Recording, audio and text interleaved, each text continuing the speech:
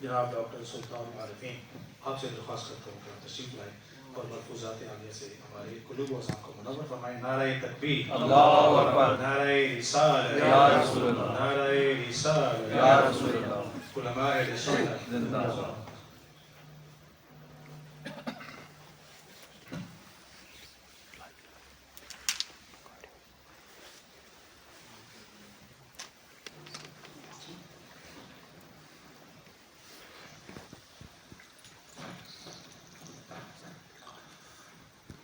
نحمده ونصلي ونسلم على رسوله الكريم اما بعد اعوذ باللہ من الشیطان الرجیم بسم اللہ الرحمن الرحیم قال اللہ عز وجل فی کلامہ المنزل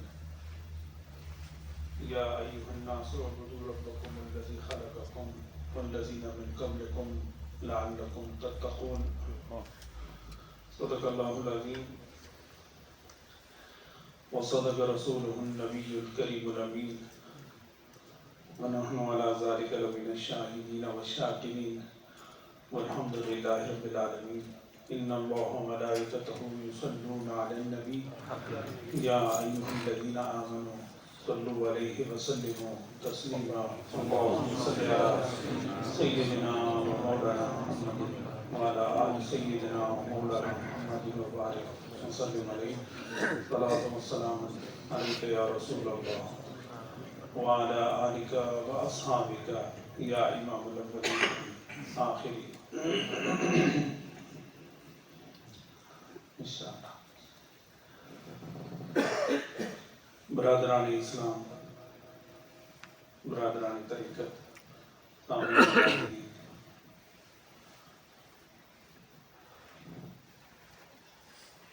شمسی سال کا پہلا دن یکم جنوری اور اہل ایمان سے یہ ملاقات یہ میرے لیے بہت بڑے خیر اور بہت سعادت کی بات ہے کہ ہم اللہ کے گھر میں اس طرح ملاقات کی صورت بن رہی ہے۔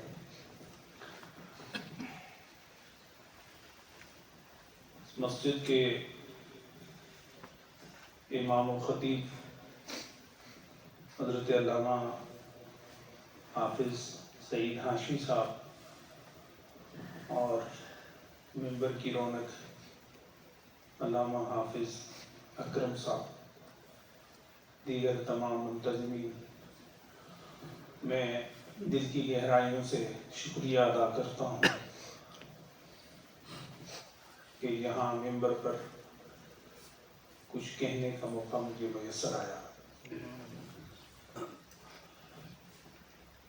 آیت کا مختصر سا ترجمہ، تھوڑی سی وضاحت۔ اللہ رب العزت نے ارشاد فرمایا، اے لوگو، یا ایھا الناس، اے لوگو،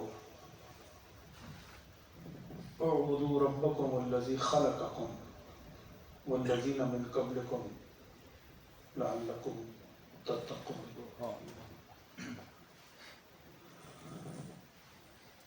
اے لوگو، اس اللہ کی عبادت کرو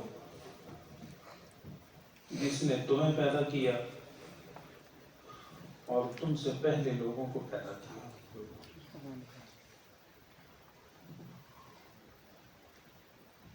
غرض بیان فرمائی، لعلکم تتقون، تاکہ تم اس کو جان کے، مان کے، پہچان کے تقوی اختیار کرو۔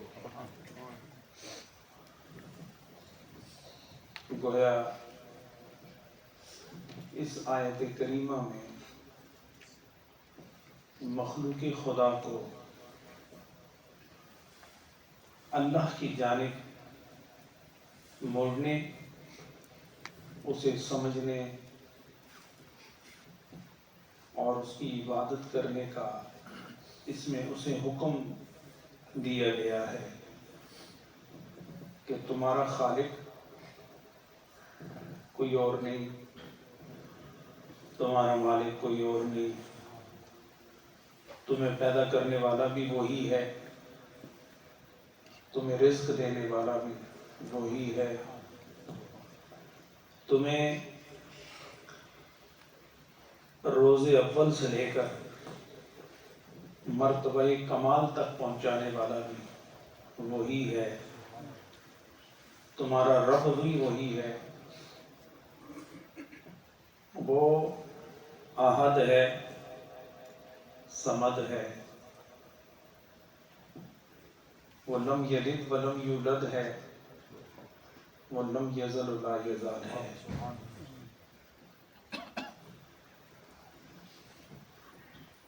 تو گویا اللہ کی ذات پر ایمان لانے کا جو مرحلہ ہے وہ انسان کے لیے جب وہ مومن ہوتا ہے تو اس کے سر پر تاج سجایا جاتا ہے، اس کے چہرے کو نور دیا جاتا ہے، اس کے دل و روح کو اطمینان و قرار و بہار ایمان عطا کی جاتی ہے۔ وہ انسان جو لاکھوں خدا کا ماننے والا، اور وہ انسان جو شرک کی لعنت و غلاظت میں مبتلا ہے اور اپنے رب سے غافل ہے، وہ انسان شکل و صورت کا تو ہو سکتا ہے، وہ قد و قامت کا تو ہو سکتا ہے،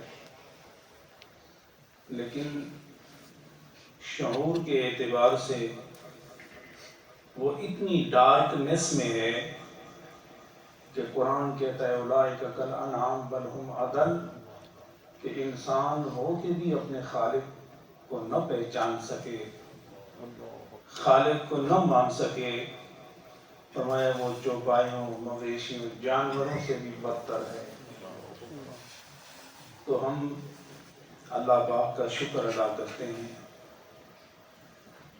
کہ اللہ رب العزت نے حضور تاجدار عرب و عجم کی امت میں پیدا فرمایا، ہمیں توحید کا جام پلایا گیا ہے، ہمیں وحدانیت کا سبق دیا گیا ہے کہ ہڈیوں سے گوشت تو اتر سکتا ہے لیکن شریک باری تعالیٰ کے بارے میں تصور بھی نہیں کیا جا سکتا۔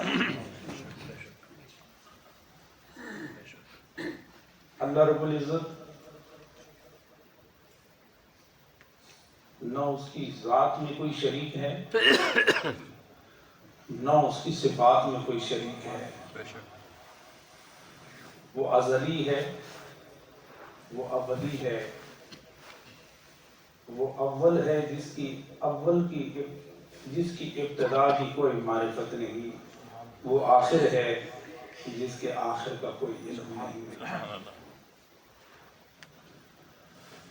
تو گویا ایمان اقرار باللسان و تصدیق بالقلب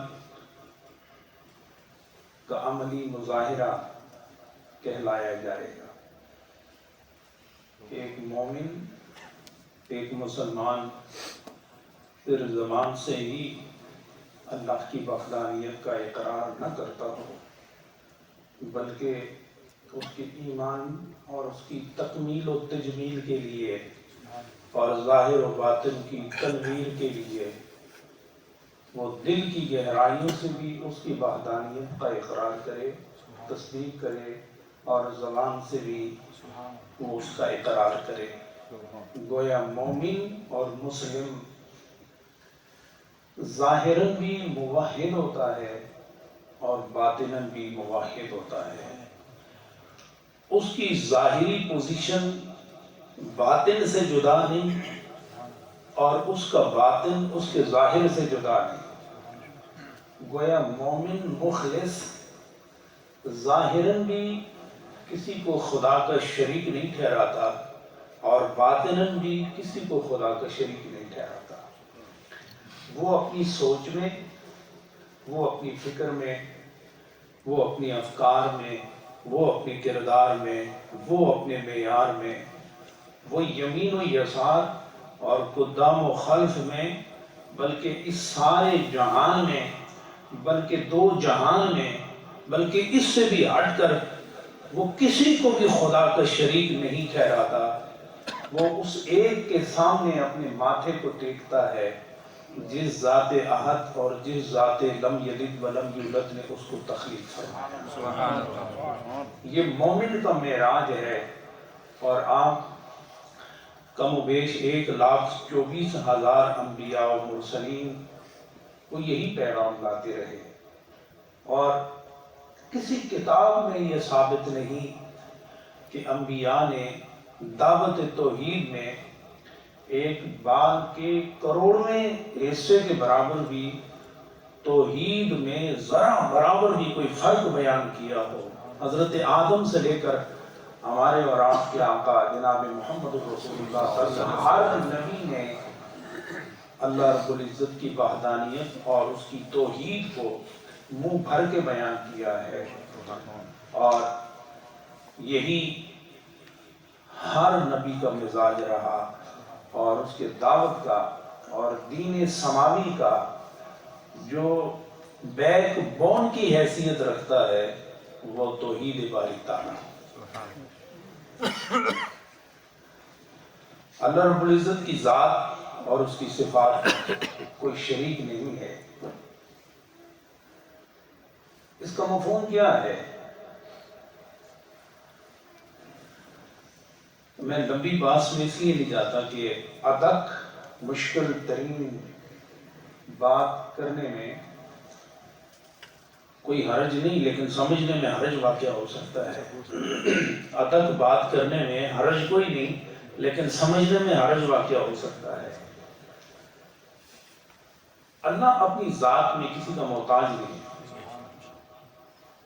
پہلے تو یہ ذہن میں رکھیں کہ ہم محتاج ہیں اپنی ذات میں بھی، اپنی صفات میں بھی، اپنے افعال میں بھی، اپنے کردار میں بھی، اور اپنی سوچ میں بھی ہم محتاج ہیں۔ لیکن اللہ رب العزت کسی کا محتاج نہیں، وہ واجب الوجود ہے۔ وہ کیا ہے؟ واجب الوجود ہے۔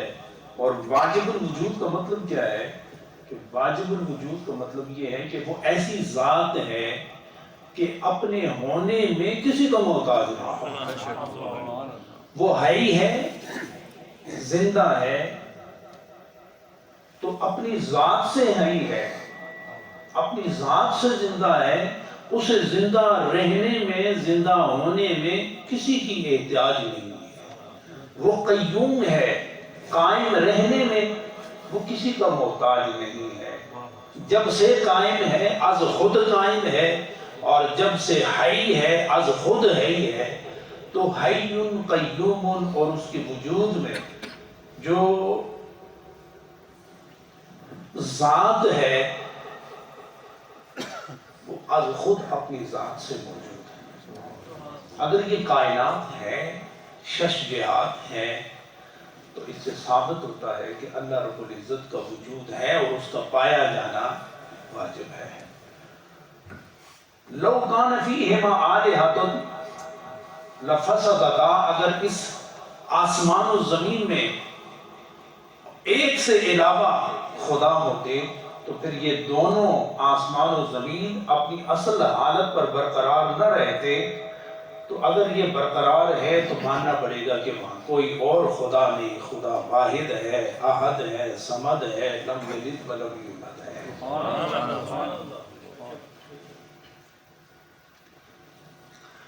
یہ ایسا عقیدہ ہے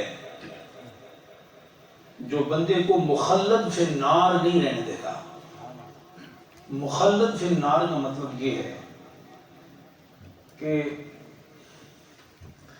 وہ ہمیشہ جہنم میں نہیں رہے گا، وہ ہمیشہ جہنم میں نہیں رہے گا۔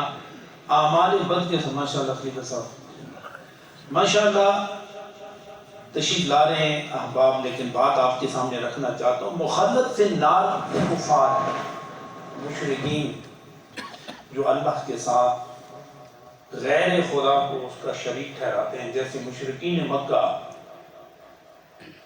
وہ اللہ کو اللہ مانتے تھے لیکن بتوں کو شریک ٹھہراتے تھے کہ اللہ ہے، لیکن جن کو ہم پوجتے ہیں، جن کی ہم عبادت کرتے ہیں، ان کو بھی اللہ نے ڈیوٹیاں دے رکھی ہیں کہ یہ اس کی مدد کرتے ہیں اور وہ ان کی مدد کرتا ہے. اسلام اس کی اجازت نہیں دیتا. خدا ہے ہی وہ جس کو کسی کی مدد کی ضرورت نہیں. جب وہ اپنے وجود میں کسی کا محتاج نہیں تو اپنے افعال میں، صفات میں، ذات میں بھی وہ کسی کا محتاج نہیں. کفار یہی کہتے تھے نا کہ ہم تو ان کو اس لیے پوچھتے ہیں 360 بتوں کو کہ یہ ہمیں اللہ کے قریب کر دیں. تو محمد الرسول اللہ صلی اللہ علیہ وسلم نے حضرت علی کو اپنے کندھوں پہ سوار کیا کہ سب سے پہلے تو کفار مکہ کے اس عقائد باطلہ کو رد کرو کہ تم میرے کندھوں پہ چڑھ کے ان سب کو زمین بوس کرو کہ جو خدا ہوتے ہیں وہ کبھی زمین بوس نہیں ہوا کرتے.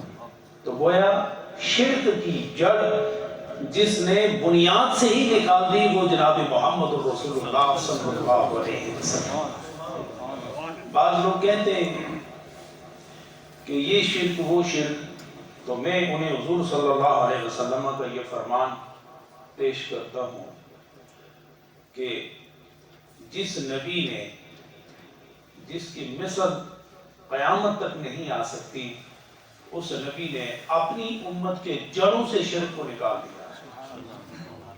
اپنی امت کی جڑوں سے شرک نکال دیا ہے.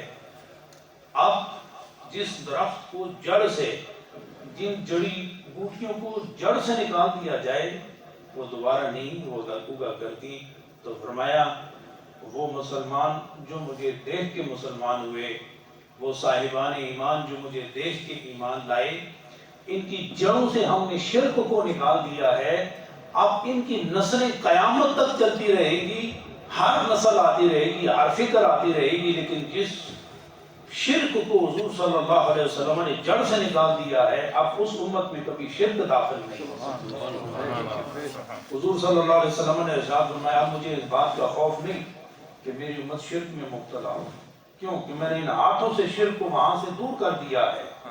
اتنا علم، اتنی معرفت، اور میری امت میں قرآن کی عظمت کو لے کے چلنے والے ایسے علماء اور ایسے صوفیاء ہوں گے جو اس امت کو شرک سے محفوظ رکھیں گے. اور اتنا شعور ہر مومن میں آئے گا کہ اس کائنات میں جو ذات لم یلد ولم یولد ہے وہ اللہ رب العزت کی ذات ہے. حضرات گرامی، مجھے ایک بات اس وقت یاد آ رہی ہے. حضرت عمر رضی اللہ تعالیٰ عنہ اپنے رسول اعظم کے چھوڑے ہوئے دربار میں بیٹھے تھے. تو صبح صبح ایک اعرابی ان سیویلائز پرسن داخل ہوتا ہے اور کہتا ہے السلام علیکم یا عمر. خلیفہ وقت ہے، امیر المومنین ہے، بڑا روب، بڑا دبدبہ، بڑا جمال اور بود، بڑا جلال اللہ نے عطا فرمایا. حتیٰ کہ جس گلی میں حضرت عمر کا سایہ داخل ہو جائے تو دوسرے سرے سے شیطان بھاگتا ہوا نظر آتا ہے. ان کے سامنے کہتا ہے السلام علیکم یا عمر. نہ کوئی سٹیٹس بیان کیا، نہ کوئی سابقہ، نہ کوئی لاحقہ، نہ یہ کہا اے امیر المومنین، نہ یہ کہا اے خلیفۃ المسلمین. براہ راست کہہ دیا السلام علیکم یا عمر. تو آپ نے ارشاد فرمایا وعلیکم السلام ورحمۃ اللہ. تو آپ نے عربک میں ان سے پوچھا کیف اصبحت یا ھذا، میرے پاس آنے والے یہ بتاؤ کہ آج تم نے صبح کس طرح کی. آپ ہی تو صبح کرتے ہیں نا، صبح اٹھتے ہیں تو آپ کو لوگ گڈ مارننگ کہتے ہیں، آپ کسی کو گڈ مارننگ کہتے ہیں، لیکن حضرت عمر ان کو کہتے ہیں کیف اصبحت، کیسے عمر کو تم نے صبح کی؟ تو وہ کہتے ہیں اصبحت و انی کرہت، میں نے صبح تو کی لیکن اس حال میں کی کہ انی کرہت الفتنہ، اس حال میں نے صبح کی کہ انی کرہت الحق وأحب الفتنة وإني أملك في الأرض ما لا يملك الله في السماء۔ اب آپ ذرا ترجمے پہ غور فرمائیں، اب کس طرح اہل حق حقیقت کو بیان کرتے ہیں۔ عرض کیا کہ میں جب صبح کی تو میری حالت یہ تھی کہ میں فتنے سے محبت کرتا ہوں اور حق سے نفرت کرتا ہوں۔ کتنی مشکل بات ہے، وہ بھی حضرت عمر کے سامنے فتنے سے محبت کرنے والا۔ فتنے سے تو ہر بندہ نفرت کرتا ہے، اور الٹا بیان کیا کہ میں فتنے سے محبت کرتا ہوں اور حق سے نفرت کرتا ہوں، اور جب میں آنکھ کھول کے بیدار ہوتا ہوں تو میں روئے زمین پر ان چیزوں کا مالک بن جاتا ہوں جن کا مالک آسمانوں میں خدا بھی نہیں ہوتا۔ آپ کو بات سمجھ آئی سب؟ حضرت عمر کو یہ بات سننا بڑا مشکل تھا، لیکن ایک بدو اپنے اس بداہت کی بنیاد پر بات کر گیا۔ تو آپ کے ہاتھ میں تلوار تھی نا، آپ نے نکالی تلوار تو فرمایا بر نفسک و الا اقتلک، جسٹیفیکیشن دو، اپنی کلیریفیکیشن دو، جو دعویٰ تم نے کیا ہے اس کی وضاحت کرو، ایکسپلینیشن مانگتا ہوں، ادروائز فارغ ہو تم، قتل کر دیے۔ اب ان پر کپ کپاہٹ، شیورنگ، کپاہٹ تاری ہوئی، ہونٹوں پر کپ کپاہٹ تاری ہوئی، سارا جسم لرزہ با اندام ہو گیا۔ این اسی عالم میں حضرت علی رضی اللہ تعالیٰ عنہ اندر تشریف لے۔ ویسے تو نہیں اہل سنت و جماعت ان کو مشکل کشا کہتے ہیں کہ وہ مشکلات دور کرنے والے ہیں، تو کتنی بڑی مشکل تھی کہ ایک بدو پر موت طاری ہونے والی ہے اور چند لمحے باقی ہیں، اور حضرت عمر کے چہرے پر جلال طاری ہے، انار کی طرح ان کا چہرہ سرخ ہے، اور اس سے جسٹیفیکیشن نہیں دی جا رہی، کلیریفیکیشن نہیں، اور ادھر ان کے تلوار کی طرف چمک بڑھنا شروع ہو گئی۔ تو حضرت علی رضی اللہ تعالی عنہ اندر داخل ہوئے تو السلام علیکم ورحمۃ اللہ یا امیر المومنین عمر بن الخطاب رضی اللہ عنہ کا اس طرح سلام کیا۔ تو ساتھ ہی فرمایا ما لی اراک غاضبا یا عمر، اے عمر اتنا جلال، سرخ چہرہ اور ہاتھ تلوار پر آدھی نکلی ہوئی، اور آپ کا غیظ و غضب عروج پر ہے، یہ کیا وجہ ہے کہ میں آج آپ کو اس حال میں دیکھ رہا ہوں؟ تو حضرت عمر بن خطاب رضی اللہ تعالی عنہ ارشاد فرمانے لگے اما سمعت ما قال ھذا، آپ نے سنا نہیں نا کہ اس بدو نے یہاں میرے سامنے کیا کیا کہا ہے؟ تو آپ نے روئے پر نور اس بدو کی جانب کیا، تو اسے ارشاد فرمایا کیا کہا تم نے؟ کل انہوں نے مجھ سے پوچھا کہ تم نے صبح کس حال میں کی، تو جو کچھ میرے اندر تھا وہ میں نے اس کو بیان کیا کہ جب میں نے صبح کی تو میں حق سے نفرت کرنے والا اور فتنے سے محبت کرنے والا، اور پھر آگے میں نے اظہار کیا کہ جب صبح ہوتی ہے تو میں زمین پر ان چیزوں کا مالک بن جاتا ہوں جس کا مالک آسمان پر خدا بھی نہیں ہے۔ تو حضرت علی رضی اللہ تعالی عنہ نے جب یہ بات سنی نا تو آپ نے ارشاد فرمایا اے عمر صحیح تو کہا ہے اس نے، کیا کہا ہے؟ صحیح تو کہا ہے اس نے۔ تو وہ عمر جلال والے، کمال والے اور خلیفۃ المومنین والمسلمین، تو آپ نے ارشاد فرمایا عمر علی کا آپ بھی اس کو صحیح مان لیا؟ کہا ہاں۔ تو آپ نے وہی جملہ ان کو کہا کہ بر نفسک، وضاحت کریں آپ بھی، کیونکہ عمر پر اس وقت جلال کا قبضہ ہے۔ وہ عمر جو آسمان و زمین میں کسی کو خدا کا شریک نہیں ٹھہرا تھا، وہ ایک بات ایک عام ان سیولائز پرسن سے کس طرح سن سکتا ہے؟ اور وہ آپ کے منہ سے بھی، اور پھر آپ کہیں کہ یہ شخص فتنے سے محبت کرتا ہے اور آپ اس کو صحیح قرار دیتے ہیں، فتنے سے محبت کرتا ہے اور حق سے نفرت کرتا ہے اور آپ بھی اس کی تصدیق کرتے ہیں، کہا پھر آپ اس کی وضاحت کریں، مجھ سے یہ بات برداشت نہیں ہوتی۔ تو آپ نے ارشاد فرمایا اے عمر، کیا آپ نے قرآن میں نہیں پڑھا کیا کہ انما الاموال والاولاد فتنہ، انما الاموال والاولاد فتنہ، کہ مال یہ بھی فتنہ ہے اور اولاد یہ بھی فتنہ ہے۔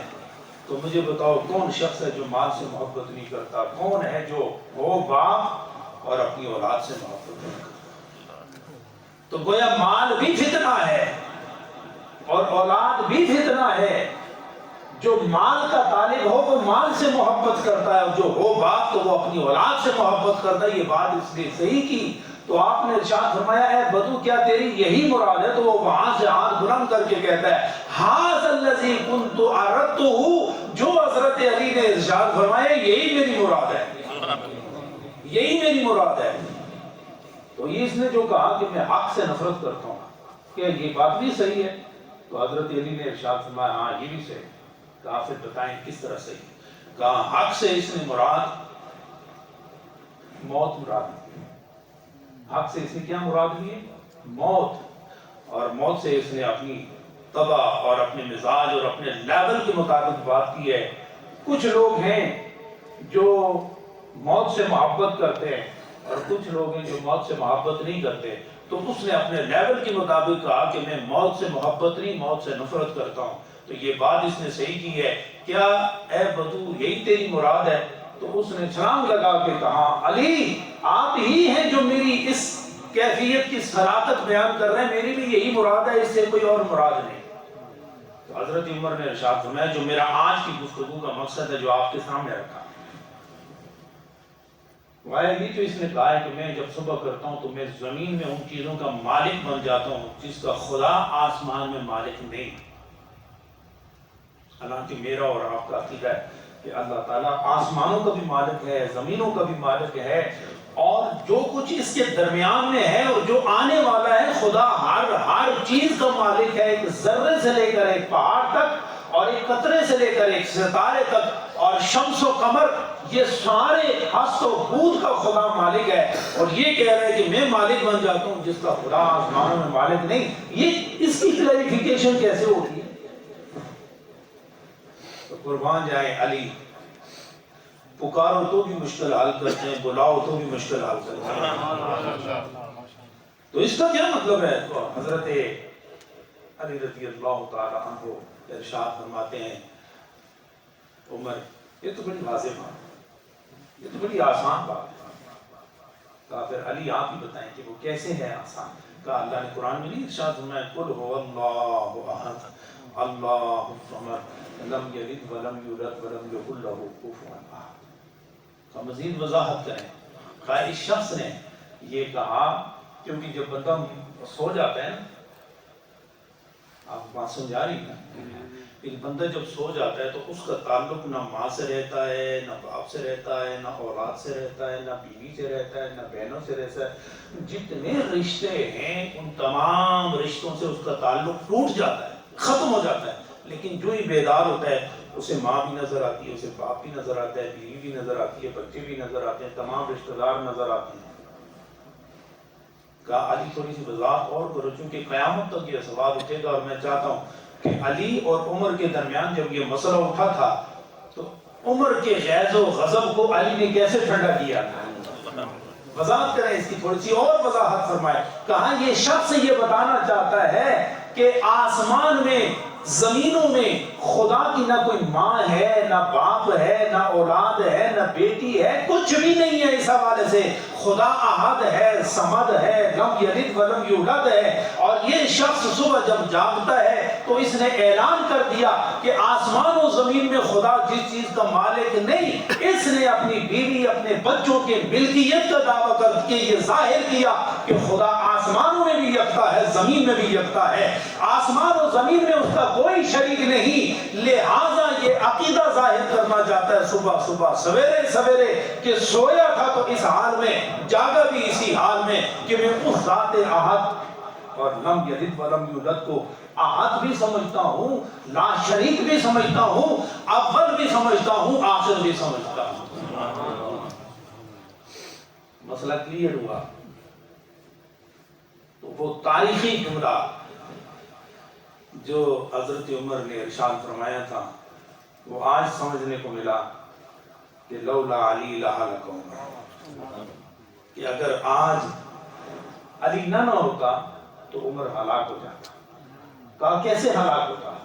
کہا تو داخل ہوا نا، میں تو اس کو قتل کرنے لگا تھا، کیونکہ باتیں ایسی کی جو میری سمجھ سے بالا تر تھیں، تو آپ آئے، آپ نے اس کی وضاحت کر دی، اور ایک جان بغیر کسی قصور سے میرے ہاتھ سے قتل ہو جاتی تو عمر ہلاک ہو جاتا اس کو قتل کر کے۔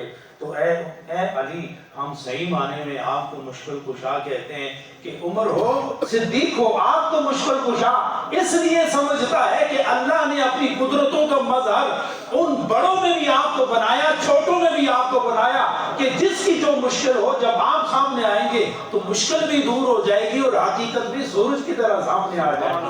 نعرہ تکبیر، نعرہ رسالت، نعرہ حیدری۔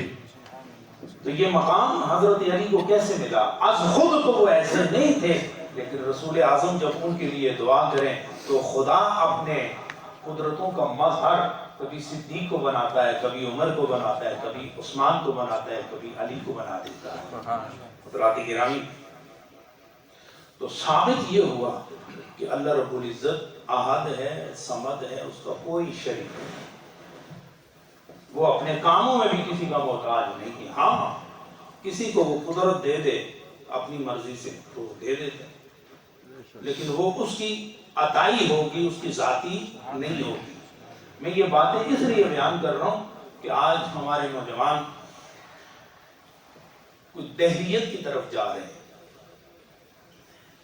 ان کے ہاں خدا کا کوئی تصور نہیں ہے، اور بعض ایسے ناہنجار لوگ نوجوانوں کو اس مرحلے کی طرف لے کر جا رہے ہیں کہ ان کے اندر خدا کا تصور ہی نہ رہے، پھر وہ آزادی چاہیں اپنے کردار میں، اپنے مرضی میں، اپنی خواہشات نفس میں، کہ ان پر کوئی پابندی نہ ہو۔ یہ تو خدا کی ذات ہے کہ اپنی مخلوق کے لیے اس نے پابندیاں رکھی ہیں کہ تم یہ اختیار کرو کہ جو میں نے تمہیں فطرت دے رکھی ہے اس فطرت پر تم پلتے چلے جاؤ گے، اور نبی دو عالم صلی اللہ علیہ وسلم کے ہاتھوں میں جو قرآن عظمت سمیت دے رکھا ہے اس پر عمل کرنا تمہارے لیے آسان ہو جائے گا۔ اور بے شمار ایسے ہمارے مسلمان جو نوجوان ہیں وہ اللہ تعالیٰ کی ذات اور صفات کے بارے میں علم نہ رکھنے کی وجہ سے اپنی عقیدے کو کمزور کر بیٹھتے ہیں۔ بات ذہن میں رکھیں، تقدیر بہت لمبی بحث ہے، بہت لمبی بحث ہے۔ تقدیر پر ایمان لانا یہ بھی اللہ کا فرمان ہے، چاہے خیر ہو، چاہے بولے نا آپ، چاہے خیر ہو چاہے شر ہو، اندھیرا ہو یا نور ہو، یہ جتنے بھی اعمال ہیں جن کا تعلق تقدیر سے ہے، تقدیر کو بنانے والی ذات بھی اللہ ہے۔ لیکن یہاں میں کچھ چیز کلیئر کروں گا آپ کو، کہ جو بعض لوگ کہتے ہیں جی میری تقدیر میں لکھا ہوا تھا میں نے ایسے کر دیا ہے، تو وہاں اس کا جواب کیا ہے؟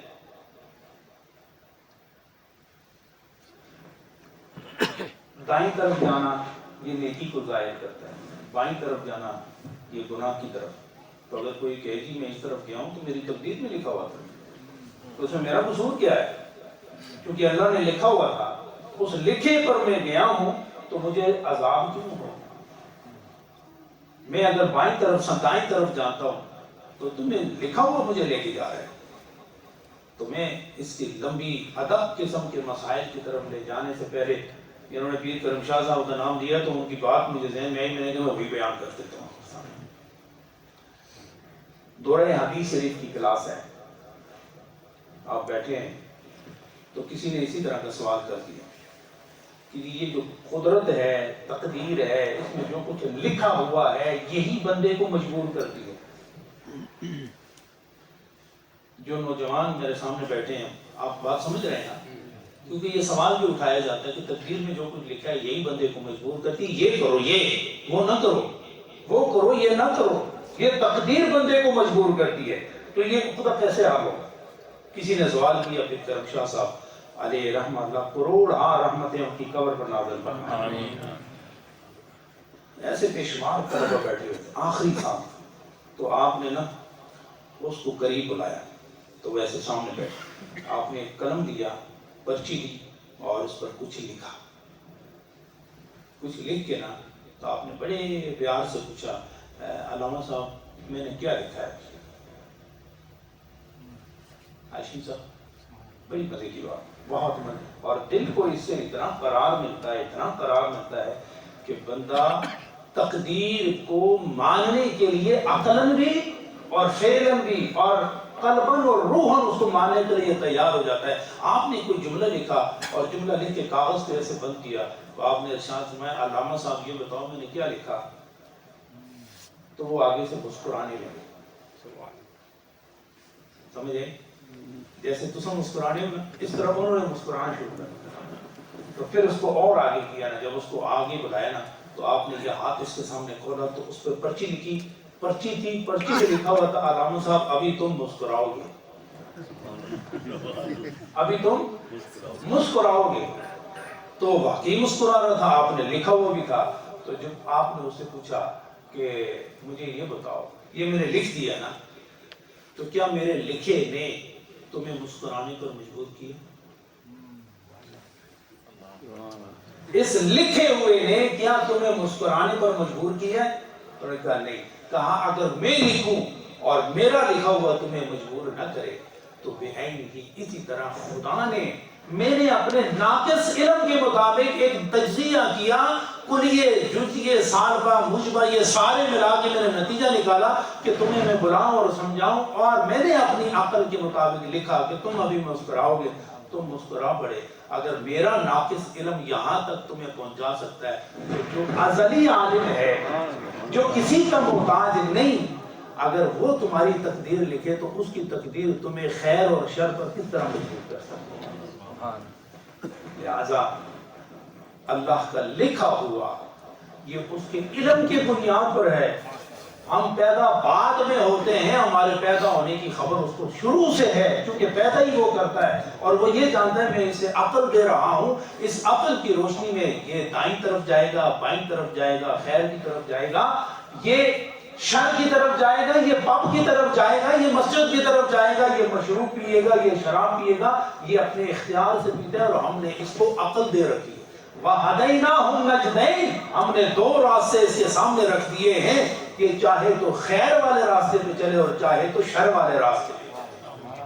اس لیے حضرات گرامی, اللہ کی ذات پر ایمان کو کامل کرو. یہ سارے انبیاء اس لیے آئے ہیں کہ جتنے انسان مسلمز ہیں وہ اللہ کی ذات پر ایمان کو کامل کریں. تھوڑی سی کوئی تکلیف ہو جائے, آج کل ہمارے جو بہنیں ہیں, خواتین ہمارے گھروں میں, تو چونکہ مجھے تو بڑا واسطہ پڑتا ہے ان سے, پاکستان میں بھی, یہاں انگلستان میں بھی, اور میں کوشش کرتا ہوں کہ ان کا عقیدہ پہلے درست ہو. تھوڑے سے سر درد ہو جائے, تھوڑا سا کام تاخیر کا شکار ہو جائے, تو کہتے ہیں جی یہ کوئی تکو نا, تھوڑا جا تکو تو صحیح, یہ تھے کسی کچھ کیتا اس نے, یہ فلانے نے کچھ کیا ہے. حضرات یہ باتیں وہ کرتا ہے جس کی خدا کی ذات پر ایمان کا ہو.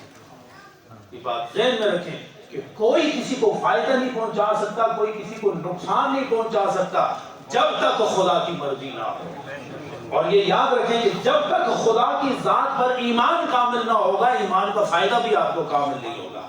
اگر ایمان کا کامل فائدہ چاہتے ہو تو خدا و مصطفیٰ کی ذات پر ایمان بھی کامل کرو. جب ایمان کامل، اعتقاد کامل ہوگا تو آپ کا راستہ بھی کامل ہوگا، اور جو کامل راستے پہ چلنے والا ہوتا ہے حقیقت میں کامل اسی کو ہی کہتے ہیں.